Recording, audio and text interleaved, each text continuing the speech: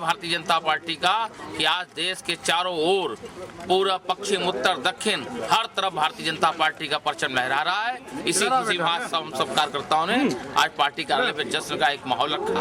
आज जो लोकप्रियता है वो पूरे देश में बहुत बढ़ रही है। आम नागरिक उत्तर प्रदेश में जो आज की स्थिति है उसमें कहना चाहिए भयमुक्त समाज की जो हम बात करते थे, आज भयमुक्त समाज होता जा रहा है। गुंडों और माफियों के खिलाफ जिस प्रकार की कार्रवाई हो रही है, ये इस प्रकार के विकास के कार्य हो रहे हैं, उस सब चीज़ों को जनता ने समर्थन दिया है। सब छूटे हैं, निर्दोष छूटे हैं और आपके नेता जेल में है। तो जब आप बहुत विकास मॉडल हो, ये आप जो है 10 लाख अगर तेजस्वी ने बात की थी तो 19 लाख आप कैसे लाली पाप ले आए? आप 19 लाख का कैसे लाली पाप ले आए? जब आप 10 लाख उनकी नहीं मार रहे हो, अपनी 19 लाख मार रहे हो। और जब आपने 2 करोड़ नौकरियां हर साल देने के बाद कितने को नौकरियां मिली, कितनी बेरोजगारी बढ़ी है? उसके पास नहीं बचा है, सारी लेबर। ये देखिए, ये अभी जो है ये फूटेगा जब ना भांडा, तब आपको पता चलेगा। अभी तो जो है आप सरकार में, सब कुछ आपके पास है, सारी एजेंसियां आपकी मुट्ठी में, सारी एजेंसियां जो निष्पक्ष जांच की एजेंसियां हैं उन पे सारे अधिकारी आपके बैठे हुए हैं। चुनाव आयोग क्यों नहीं मानता है? चुनाव आयोग क्यों नहीं इस पर निर्णय लेता है? 2004 की सरकार आपने ईवीएम से बनाई थी, इसी ईवीएम से। अरे 4 को छोड़ो, हाँ वो ईवीएम की थी। ईवीएम आपके सुब्रमण्यम स्वामी का बयान सुन लीजिए, उन्होंने सुप्रीम कोर्ट में रेट तक दायर की है आपके सुब्रमण्यम स्वामी की। आपके सांसद है, आपके सांसद है, आप उनसे बात पूछिए, उनसे जवाब करिए। आपके लिए कोर्ट खुले हैं, कोर्ट कांग्रेस के नहीं है, सुब्रमण्यम स्वामी का बयान है, पूरा बयान है। अरे भैया 2004 की सरकार आपने किससे बनाई थी? बैलेट पेपर से बनाई थी। टेक्नोलॉजी बहुत अपग्रेड हो गई है।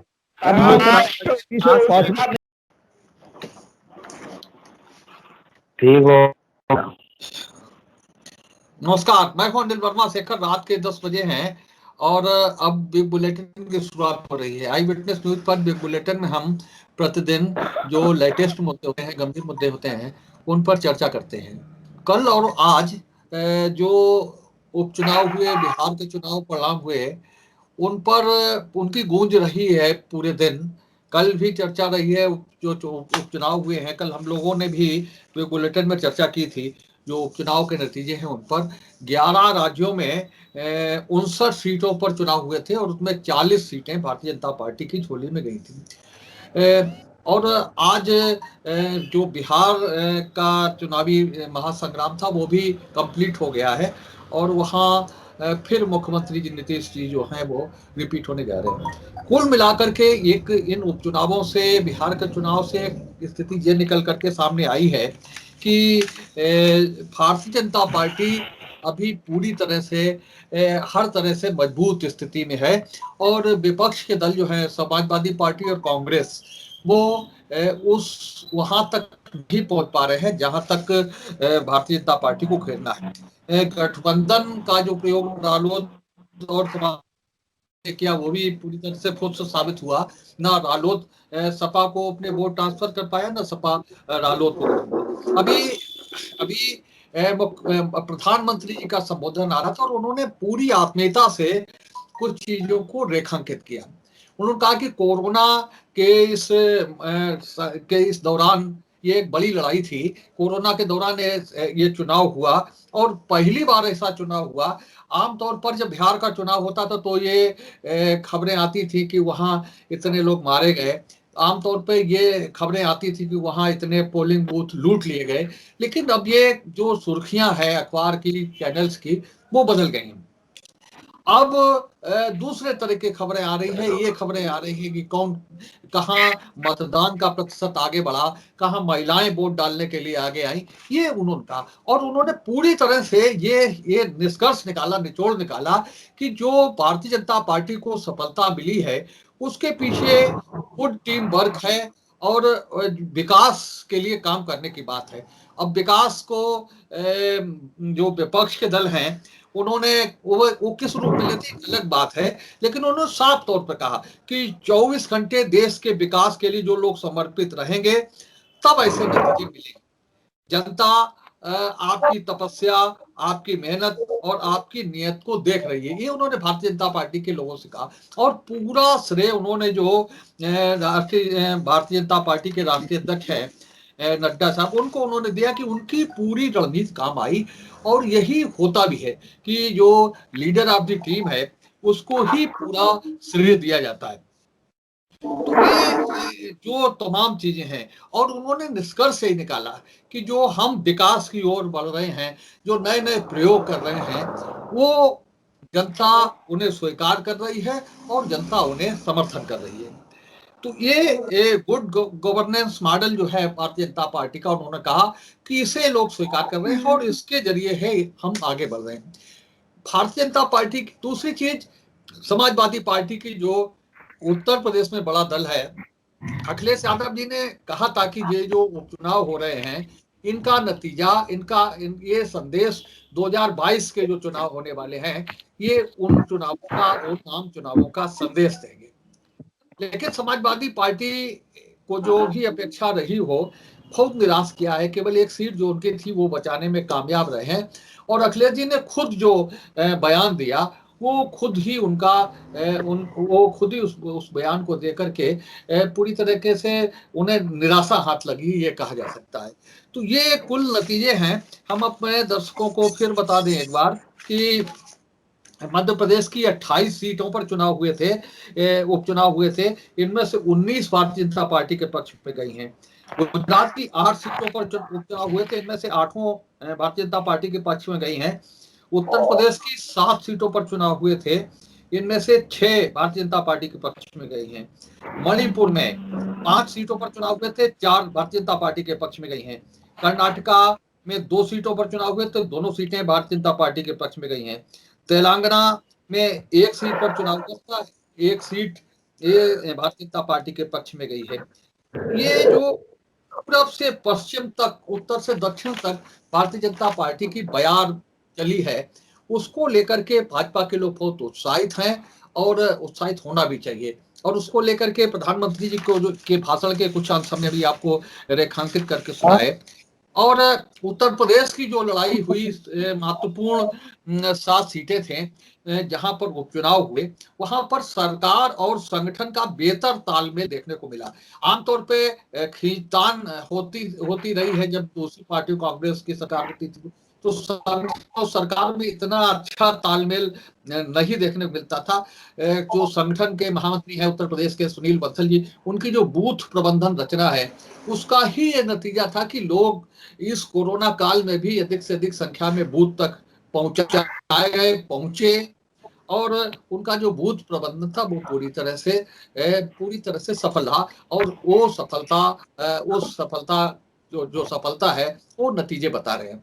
तो मुकेश सिंह जी, आज की चर्चा हम शुरू करते हैं। क्या लग रहा कि जो विपक्ष बड़ा उम्मीद बांधे था कि तमाम चीजें हैं, कहीं ब्राह्मणों पर उत्पीड़न का मामला है, किसानों की राजनीति है और कोरोना से लड़ने में असफलता का आरोप है, ये सारी चीजें जो विपक्ष सोच रहा था वो पूरी तरह से उसकी सोच जनता ने पूरी तरह से अस्वीकार कर दी है, यही लग रहा है। मुकेश सिंह जी।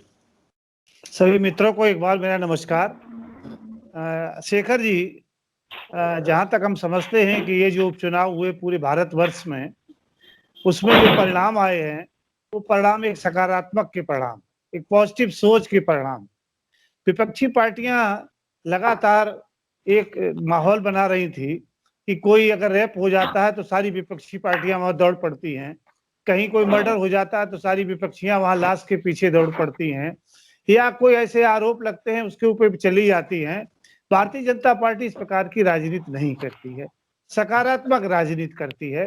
देश आज दूसरे दौर में है। 1914 से आप देख रहे हैं कि भारतीय जनता पार्टी लगातार जो है अपनी सीटें बढ़ा करके प्रदेशों में और देश में सरकार बना रही है। उसके पीछे कारण है कि 1951 में जब हम स्वतंत्र हुए, पहली जनगणना हुई तो 16% लोग साक्षर थे। आज हमें लगता है कि पूरे भारतवर्ष में 80% लोग साक्षर हैं। साक्षरता का स्वरूप भी बदला है, हस्ताक्षर करना नहीं रहा है, पढ़ना लिखना और समझना रहा है। तो इसलिए जो हमारी पॉजिटिव सोच थी, हमारी पार्टी की जो पॉजिटिव सोच थी कि हमें अपना काम करना है, हम विकास के लिए काम कर रहे हैं, हम गरीबों के लिए काम कर रहे हैं, हम किसानों के लिए काम कर रहे हैं, हम मजदूरों के लिए काम कर रहे हैं। उत्तर प्रदेश में जहां 7 में से 6 सीटें मिली हैं, मैं माननीय मुख्यमंत्री योगी जी को भी इसका श्रेय देना चाहता हूं कि इस कोरोना काल में उन्होंने कितनी मेहनत के साथ करीब 40 लाख मजदूरों को उत्तर प्रदेश में ला करके सुरक्षित दवाई और रोजगार देने का काम किया, उनको घर बसाने का काम किया। ये भी एक बहुत अहम बात है। इसके अलावा पूरे भारतवर्ष में किसानों को सम्मान निधि के माध्यम से पैसा देना, किसानों और महिलाओं के लिए 500-500 रुपए देना, गरीबों के कल्याण के लिए और नवंबर दिसंबर तक लगातार राशन की व्यवस्था उपलब्ध कराना, ये एक बहुत बड़ा अहम मुद्दा था इन चुनावों में। लोग समझते हैं कि भारतीय जनता पार्टी नकारात्मक राजनीति नहीं करती है, सकारात्मक राजनीति करती है, विकास की बात करती है, कल्याण की बात करती है, राष्ट्र निर्माण की बात करती है। नकारात्मक दृष्टिकोण से जो भी राजनीति करेगा उसी के नतीजे मिले साजिद अली साहब, बिल्कुल उसी के नतीजे मिले। मुकेश सिंह जी ने तमाम उपलब्धियां गिनाई है और विकास एजेंडा रहा है, चुनाव का मुद्दा रहा है, चुनाव का विकास पे ही लोगों ने वोट दिए हैं। ये पूरा प्रधानमंत्री के भाषण में भी यही बात निकल करके सामने आई थी। साजिद अली साहब, क्या लगता कि आप लोग निराश हैं चुनावी परिणाम को लेकर के? क्योंकि आप बड़ा 2022 को लेकर के बड़ा अभी से तमाम तरह की बातें सोच रहे थे, तमाम तरीके के प्लान बना रहे थे, लेकिन इन उपचुनावों ने निराश किया है समाजवादी पार्टी को। सभी साथियों को हमारा नमस्कार। और हम इन परिणामों से निराश नहीं हैं। जो भी परिणाम आए हैं नतमस्तक होके स्वागत करते हैं और हम बताना चाहते हैं कि हम निराश नहीं हुए हैं इन परिणामों से। ये जो परिणाम आए हैं, चाहे वो बिहार का परिणाम रहा हो, बिहार से अगर आप शुरुआत करते हैं देख लेते हैं कि वहां पर जो फैक्टर रहा है बिहार में जो फैक्टर हुआ है वो केवल 2 फैक्टर रहे हैं वहां पर, एक लोजपा और एक उसुद्दीन ओवैसी, जिन्होंने भाजपा की बी पार्टी का काम किया है। अगर उसुद्दीन ओवैसी भाजपा की बी पार्टी ना होते तो वहां पर भाजपा जो चिल्ला रही थी वो नहीं चिल्ला पाती उतना। और दूसरी बात है ईवीएम, जो वास्तविकता में ईवीएम की बात आती है तो सब ये कहते हैं कि ईवीएम जो है, जब चुनाव हारते हैं तो ईवीएम की बात करते हैं। हम बिल्कुल ईवीएम की बात नहीं करते हैं, लेकिन अगर किसी जज को बैठाल कर 19 सीटें ऐसी हैं विधानसभा की जहां पर जबरदस्ती तरीके से चुनाव को हराया गया है, अगर इसका जीता जाता सबूत है कि राजद के अनिल साहनी जी हार रहे थे, हरवा दिया गया था, वो 450 वोटों जीते थे, जब बवाल हुआ रिकाउंटिंग हुई तो उनको जिता दिया गया। और ईवीएम जो है, ईवीएम मशीन कहते हैं कि नहीं होती है, मैं मानता हूं कि नहीं होती है, लेकिन अगर मंगल ग्रह पर सैटेलाइट भेजी जाती है तो मशीन जो कंप्यूटर से फिर सैटेलाइट को साथ कैसे भेज क्यों लिया जाता है? अगर ईवीएम हैंग नहीं होती है तो मोबाइल से डाटा चुरा के क्यों लिया जाता है? मोबाइल से बैंक से खाता इधर से उधर क्यों पैसे ट्रांसफर हो जाते हैं? ईवीएम बिल्कुल हैंग होती है। ईवीएम के द्वारा ये चुनाव लड़ा जाता है। अगर यही चुनाव एक प्रदेश में शेखर जी बैलेट पेपर से लड़ लिया जाए, बैलेट पेपर से चुनाव लड़ दिया जाए तो इसका परिणाम ही उल्टा होगा। हम लोग इसके लिए भी सोचेंगे, देखेंगे कि हम जहां पर समाजवादी पार्टी यूपी में लड़ी है, अच्छा लड़ी है, प्रदर्शन अच्छा किया है, और जहां पर हम जीते हैं वहां पर ईमानदारी से जो सीट है उस ईवीएम को वहां पर नहीं छेड़ा गया है।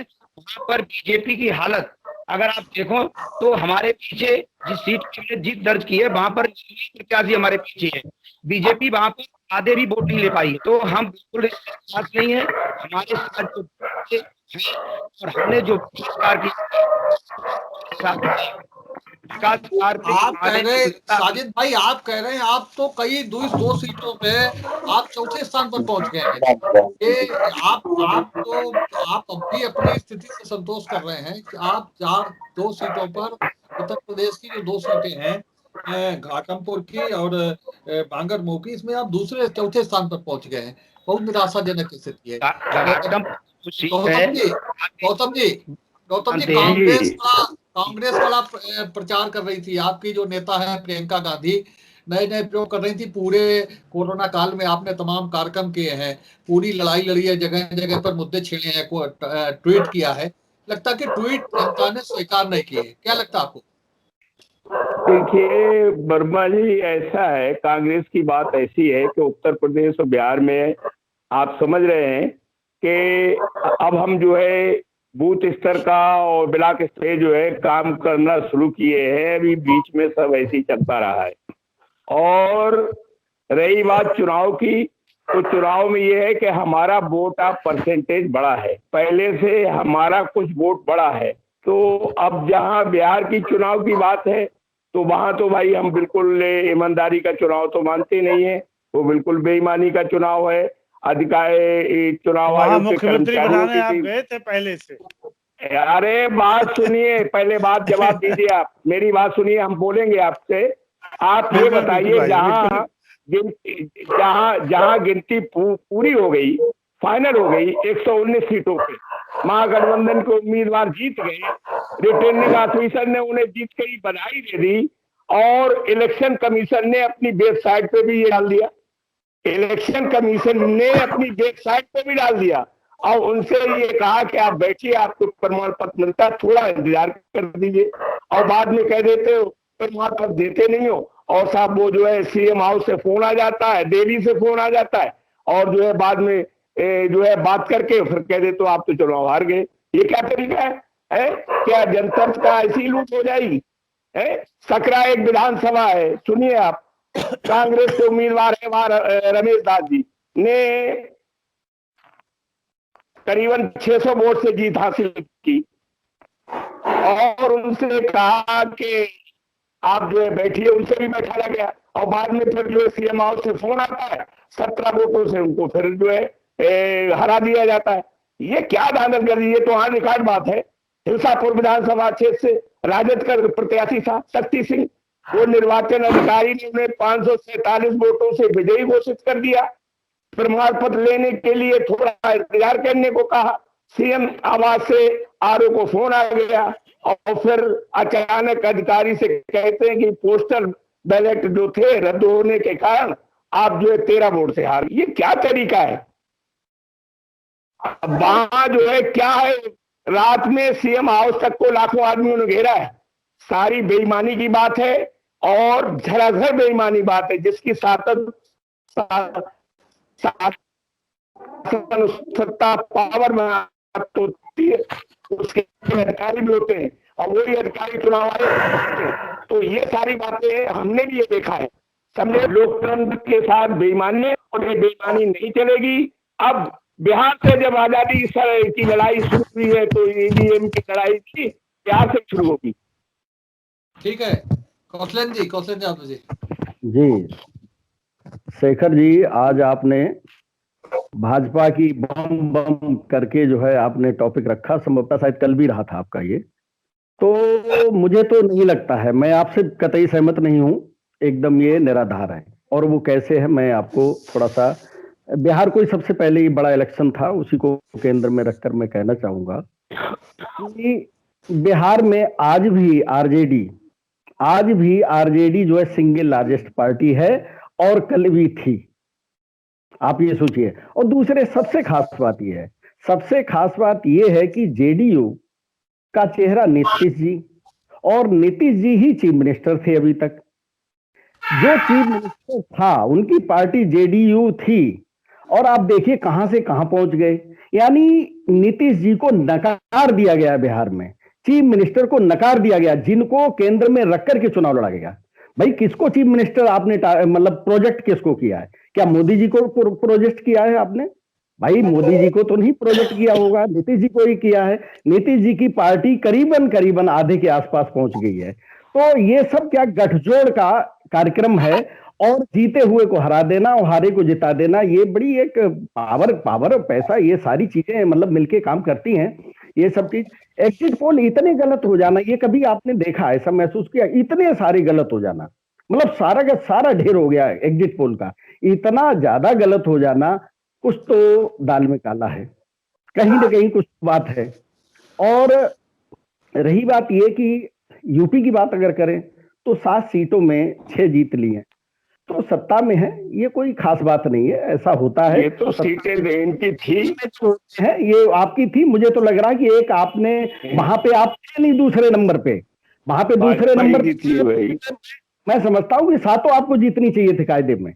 ये तो ये होता है 22 में असली परिणाम के लिए तैयार रहे सभी लोग। 22 में असली परिणाम ठीक, 22 जी। अनुपम जी क्या व्यापार मंडल क्या सोचता है इन परिणामों को लेकर के?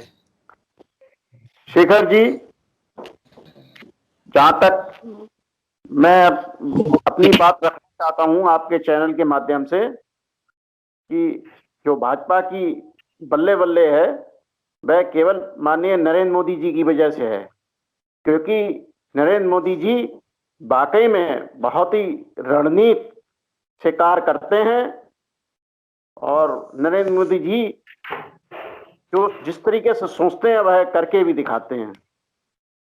और उत्तर प्रदेश की जो सीटें जीती हैं उसमें प्रमुख रणनीतिकार सुनील बंसल जी थे।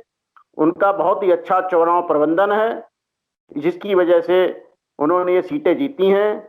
मैं बधाई देना चाहता हूं तेजस्वी यादव जी को कि उन्होंने वाकई में नरेंद्र मोदी जी से मोर्चा लिया, अच्छे तरीके से मोर्चा लिया और जीते।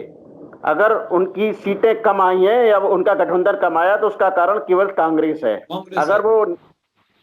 अगर वो स्वयं लड़ते तो शायद सीटें ज्यादा पा जाती या कांग्रेस सहयोग करती तो। हाँ, कांग्रेस ने चूंकि सीटें वहां बहुत कम पाई इसलिए तेजस्वी जी पीछे रह गए। लेकिन मैं बधाई देता हूं तेजस्वी जी को, उन्होंने भारतीय जनता पार्टी से मुकाबला किया जैसा कि दिल्ली में अरविंद केजरीवाल जी ने किया और वैसा ही उन्होंने तेजस्वी जी ने भी किया है। आगे से सभी राजनीतिक दलों को अगर मोदी जी से टक्कर लेनी है तो अपनी अपनी स्थितियां मजबूत करें, देश की हित में काम करें, देश की जनता के लिए काम करें, युवाओं के लिए काम करें, ईमानदारी से काम करें। मैं भारतीय जनता पार्टी के नेताओं से एक निवेदन और करना चाहता हूं कि बहुत अच्छा शासन चलाते हैं, बहुत अच्छा कार्य करते हैं, लेकिन वह अपने अधिकारियों के ऊपर अंकुश नहीं रख पाते हैं। उनके अधिकारी निरंकुश हैं, उन पर विशेष ध्यान दें। मिश्रा जी, विवेकानंद में सही जी, आवाज आ रही है आपको? हाँ, अरे बोलिए जी। देखिए, लोकतंत्र का ये हार जीत तो एक हिस्सा है और जनता ने जो जनादेश दिया, कांग्रेस ने उसका सम्मान किया और ये नतीजे हमारे फीडबैक से क्यों नहीं मैच कर रहे हैं इसके लिए पार्टी विश्लेषण करेगी। लेकिन देखिए, लोकतंत्र में संख्या बल का अपना एक अलग महत्व है, लेकिन उसके साथ इस बात को भी नहीं निकाला जा सकता है कि जीत हार से हटके लोकतंत्र में लोक कल्याण की बात है। आज पिछले वर्षों में जिस तरीके से देश पे कर्जा दुगना हुआ, बेरोजगारी बढ़ी, कई और चीजें ऐसी हुई हैं जिनसे देश हमारा आगे नहीं बढ़ा। जीडीपी हमारी कोरोना काल में भी कुछ उसका असर रहा, जीडीपी माइनस में हुई और लेकिन देश में केवल 2 लोगों की जीडीपी क्यों नहीं प्रभावित हुई, ये एक अपने आप में बड़ा इशू है। ये तो बहुत अच्छी बात जनता ने जनादेश दिया है, लेकिन अपने वादे को ध्यान रखें। आज मोदी जी ने, शेखर साहब आपने बताया, बड़े विस्तार से मोदी जी ने और नड्डा साहब ने जनता को बधाई दी, तमाम बातें करी, लेकिन जो वादे किए उनका जिक्र कहीं नहीं किया। अच्छी बात है, चलिए पूरा देश इंतजार कर रहा है कि बिहार को फ्री में वैक्सीन मिले, लेकिन जिस तरीके से आपने 2014 के वादों को अभी तक पूरा नहीं किया, उम्मीद है कि आगे बिहार के चुनाव या जो उपचुनाव हुए जिनको आप बड़ा भारी जीत बता रहे हैं, पिछले 19 का विस्तार मोदी जी ने बताया है, लेकिन इसके साथ लोकतंत्र में सबसे बड़ी जिम्मेदारी जनता के प्रति होती है। जिस जनता ने आपको इतना मान दिया, आपको प्रचंड बहुमत दिया, उससे आपने जो वादे किए उन वादों को भी आपको पूरा करना चाहिए। इस पे भारतीय जनता पार्टी अगर अमल करती है तो ठीक है, वरना 2022 और 2024 में नतीजे इसके अनुरूप नहीं होंगे। विकास पांडे जी, हाँ, बात जी, मैंने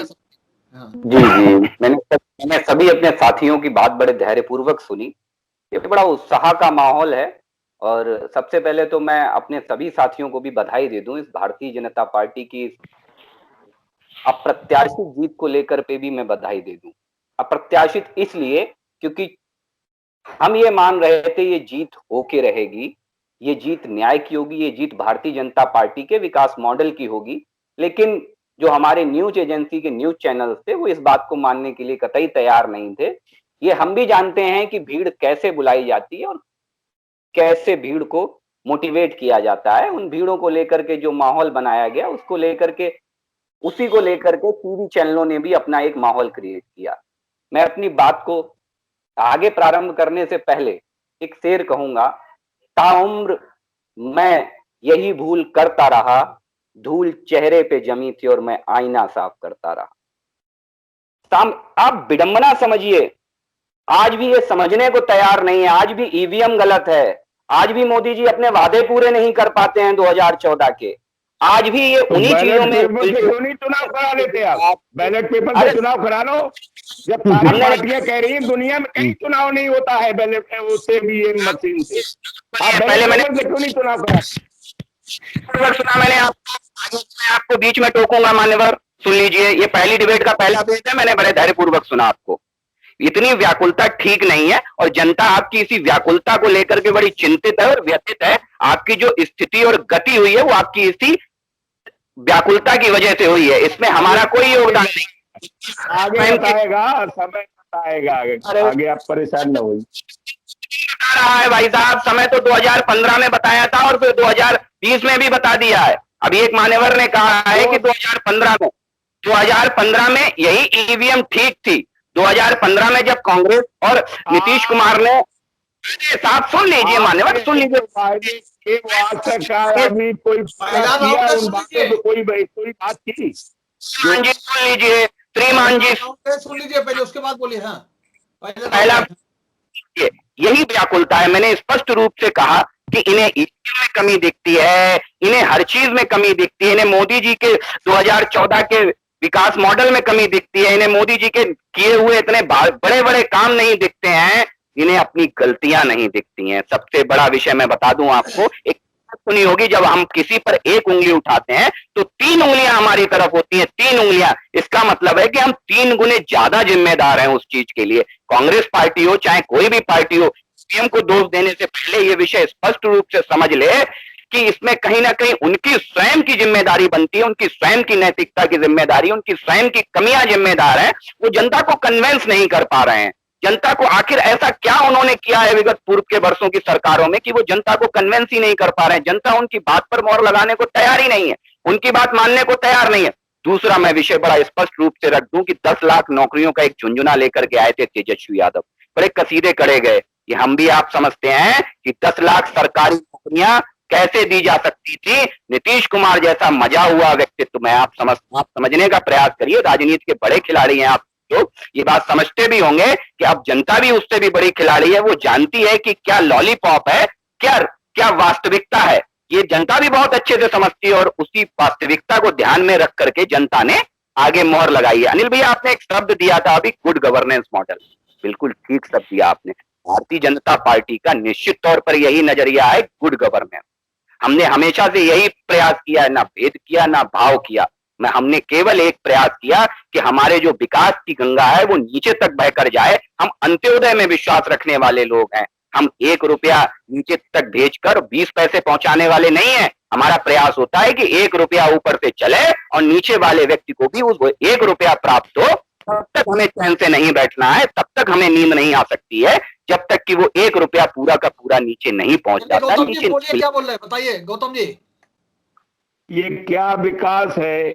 10 गुना तो देश करके जो है उसमें दब गया है। सोने, रिजर्व बैंक का जो रिजर्व सोना था वो गिरवी रख गया है, रिजर्व बैंक को खाली कर दिया है, बैंकें सारी लूट ली गई हैं, सारी बैंकें घाटे में जा रही हैं। कौन सा विकास मॉडल है? आप जो है विकास की बात करते हो, कहीं एक भी तो उदाहरण दीजिए। क्या आपने देश में निर्माण कराया है? सिर्फ आपने अपने कार्यालय बनवाए हैं 500-600 और अपने कार्यालय बनवाए, कोई विकास नहीं हुआ।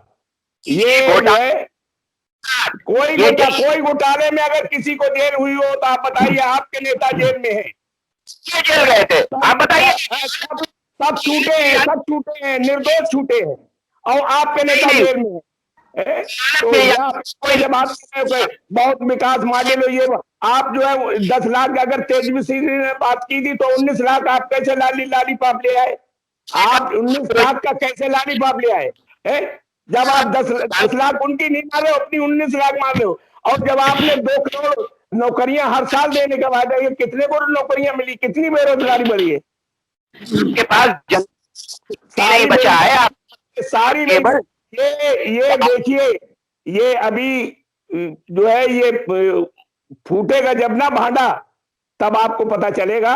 अभी तो जो है आप सरकार में, सब कुछ आपके पास है, सारी एजेंसियां आपकी मुट्ठी में, सारी एजेंसियां जो निष्पक्ष जांच की एजेंसियां हैं, उन पे सारे अधिकारी आपको बैठे हुए हैं। चुनाव आयोग क्यों नहीं मानता है? चुनाव आयोग क्यों नहीं इस पर निर्णय लेता है? 2004 की सरकार आपने ईवीएम से बनाई थी, इसी ईवीएम से। अरे 4 को छोड़ो, हाँ वो ईवीएम की थी, ईवीएम। आपके सुब्रमण्यम स्वामी का बयान सुन लीजिए, उन्होंने सुप्रीम कोर्ट में रेट तक दायर की है, आपके सुब्रमण्यम स्वामी की। आप सांसद हैं, आपके सांसद हैं, आप उनसे बात पूछिए, उनसे जवाब करिए। आपके लिए कोर्ट खुले हैं, कोर्ट कांग्रेस के नहीं है, सुब्रमण्यम स्वामी का बयान है, पूरा बयान है। अरे भैया 2004 की सरकार आपने किससे बनाई थी? बैलेट पेपर से बनाई थी। टेक्नोलॉजी बहुत अपग्रेड हो गई है। अब पॉसिबल नहीं था, अब बहुत कुछ पॉसिबल होने लगा, नहीं था। 2004 के मोबाइल में आज के में बहुत अंतर है।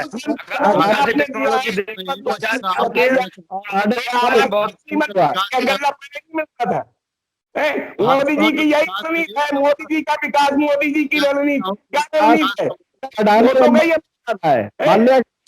देश कर दिया है, बर्बाद कर दिया है देश को, ये 50 साल पीछे चला गया है देश, और लोग मोदी मोदी गा रहे हैं। ये चंद पूंजीपतियों की सरकार है, पूंजीपतियों को सिर्फ इसमें फायदा है। किसान वो परेशान है, गरीब वो परेशान है, नौजवान सब परेशान। आप देश आप उठा कर देखिए, दुनिया को जुटला देंगे, दुनिया को जुटला देंगे। देखिए ये कहना चाहिए कि बिहार में जीते हैं, बिहार में जो जीते हैं, बिल्कुल मैं कहना चाहता हूँ कि वहाँ के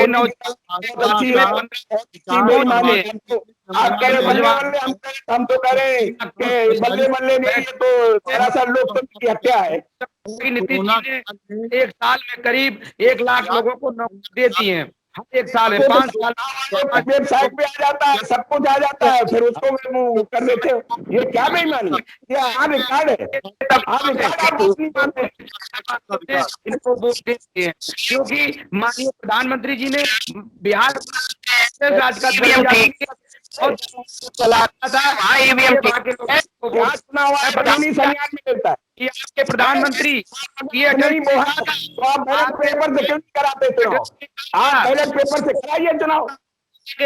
सबको कुछ मिलने लगे तो समूचे विपक्ष को एक ही नहीं होता है। इसका सॉफ्टवेयर जापान बनाता है, सॉफ्टवेयर से जब सुब्रमण्यम स्वामी के बयान है कि उन्होंने, हमने पूछा कि भाई ये सॉफ्टवेयर आप अपने इस्तेमाल करते हो क्या, हम बेवकूफ थोड़ी है, उन्होंने कहा बड़ा है कि दुनिया में सब घर बैठे बैठे चेंज हो सकता है। क्या बात कर रहे हो? उदाहरण वापस बुलाएंगे ईवीएम के, वो काला धन बिहार में लाके बांट दिया गया है क्या? वोट मिल गया है भाई, काला धन कहाँ है?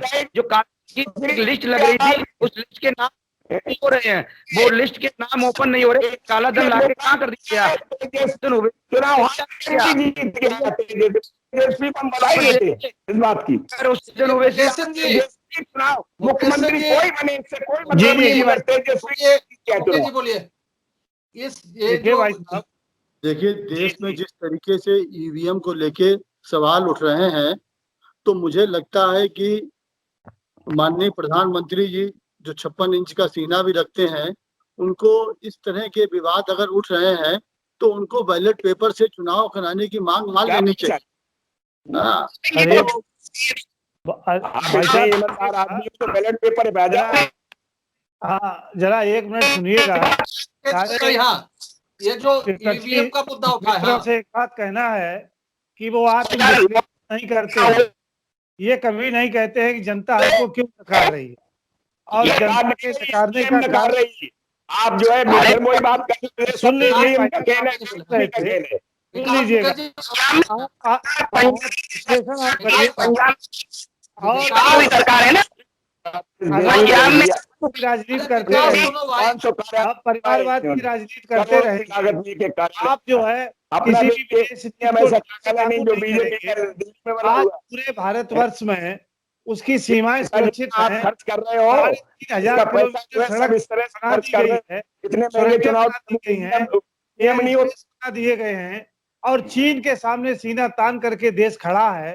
पूरे विश्व में अभी 3,000 किलोमीटर सीमा गिर गई है, अभी भारत की सीमा को चीन ने घेर लिया है, चीजों पर चीन की सीमा, चीन ने तभी भारत की सीमा देखा है।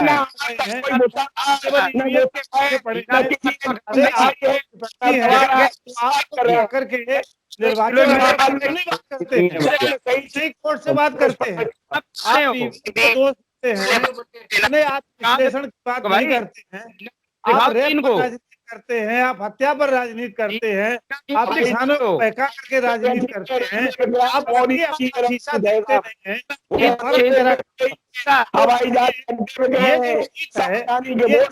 सकारात्मक सोच है, एक राष्ट्रपिता की है, एक भारत का चेहरा की है, गरीब किसान मजदूर को जो राहत मिली है उसकी है, और डिजिटल इंडिया की ये जीत है, माननीय मोदी जी की जीत है, और माननीय योगी जी की जीत है।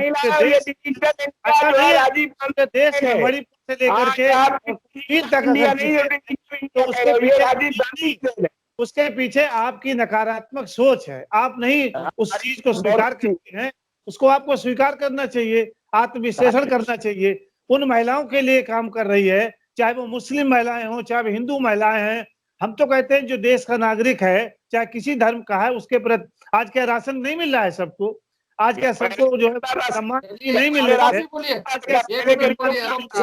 सारे देश में एक साथ और हमारा जो शेखर जी मैं आपके बिग बुलेटिन के माध्यम से माननीय चुनाव आयोग और उसी एक मांग करता हूँ कि विपक्षी दलों को ईवीएम के ऊपर विश्वास नहीं है, इसलिए अगला इलेक्शन बैलेट पेपर से कराई जाए, जो कि दूध का दूध और पानी का पानी हो जाए।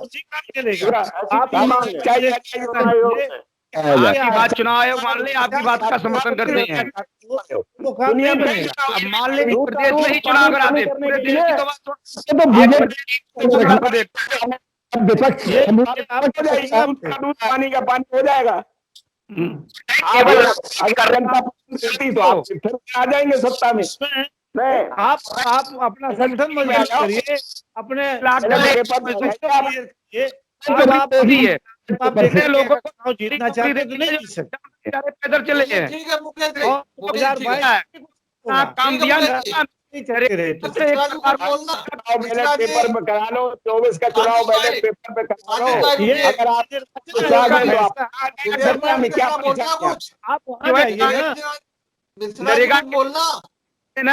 आपने क्या दिया है, केवल मजदूरों को एक दिन की नौकरी नहीं दे पाए हो, नरेगा का काम दिया वो भी कांग्रेस की देन है, वो भी 100 दिन का काम आधार कांग्रेस की देन है। तुमने क्या दिया है?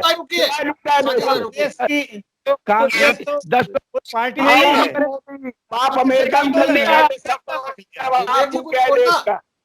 तीन नाम है आपका कांग्रेस, उसको भी बदलिए आप। विवेक जी कुछ बोलना, बोलिए शेखर धाम। हाँ जी, प्रधानमंत्री जी डिजिटल इंडिया की बात करते हैं, कैशलेस ट्रांजैक्शन की बात करते हैं, विश्व के मानचित्र में भारत को आधुनिक बनाने की बात करते हैं, तो उनको देश को ये भी बताना चाहिए कि दुनिया में कितने देश हैं जो ईवीएम से चुनाव करा रहे हैं, ये भी उनको बताना चाहिए। ठीक है। और अगर विपक्ष बात कर रहा है विकास जी जो ईवीएम एक मिनट बताइए, समाप्त कर रहा है, बना रखा उसका कोई हिसाबी किताब नहीं है, कोई हिसाब किताब नहीं, पैसा है क्या नहीं है, देश का पैसा आप जो कह रहे हैं इसका हिसाब किताब कोई नहीं ले सकता। ईवीएम का विषय तब आता है जब 2004 में कांग्रेस की सरकार बनती है। ईवीएम का विषय तब नहीं है। भविष्य की बात करो, भविष्य की बात करिए आप, भविष्य की बात करिए। सुब्रमण्यम को समझाइए, आपके सांसद है विधानसभा के, आपने उनको जेड प्लस की सुरक्षा दे रखी है। आपको क्या लोग 16 साल में टेक्नोलॉजी कहाँ पहुंचती है? टेक्नोलॉजी की बात कर रहे हैं, डिजिटल इंडिया की बात कर रहे हैं, नहीं उठाई। सब कांग्रेस धरा करा हुआ और सब उसको बर्बाद करे जा रहे हो। जनता ने नकारा विषय है ये प्रधान बात नहीं आगे बढ़ पा रही है। 2000 आज की बुलेटिन की चर्चा को हम यही समाप्त कर रहे हैं। चलिए खत्म कर रहे हैं आज की बुलेटिन की चर्चा को हम यही समाप्त कर रहे हैं। आप सभी को, आप हमारे जो पैनलिस्ट हैं और हमारे दर्शक हैं, सबको दीपावली की बहुत बहुत शुभकामनाएं। दीपावली का अवकाश रहेगा 12, 13, 14, 15 और 16 तारीख को। हम लोग 17 अप्रैल के एपिसोड में मिलेंगे। 17 अप्रैल को ये बुलेटिन का नया एपिसोड फिर शुरू होगा। हम सब आप सबको दीपावली की शुभकामनाएं देते हैं, हमारे दर्शकों को। समय बता दीजिए, समय बता दीजिए। सभी लोगों को बहुत बहुत शुभकामनाएं। सभी को धनतेरस, दीपावली, भैया दूज की बहुत बहुत शुभकामनाएं। 17 नवंबर को हम लोग मिलेंगे। तब तक के लिए इजाजत दीजिए। शुभरात्रि, बहुत बहुत शुभकामनाएं। धनतेरस, दीपावली, भैया दूज की आप सबको बहुत बहुत शुभकामनाएं। बहुत बधाई। दीपावली मंगलमय हो सभी की। सभी को शुभकामनाएं, सभी के लिए दिवाली मंगलमय हो। आपको आई विटनेस न्यूज का ये एपिसोड कैसा लगा? आप हमारी खबरों को लाइक करिए, इन पर कमेंट करिए, और अभी तक अगर आप हमारे चैनल से नहीं जुड़े हैं तो हमारे चैनल को सब्सक्राइब करके हमें अपना सहयोग प्रदान कीजिए, ये आपसे निवेदन है।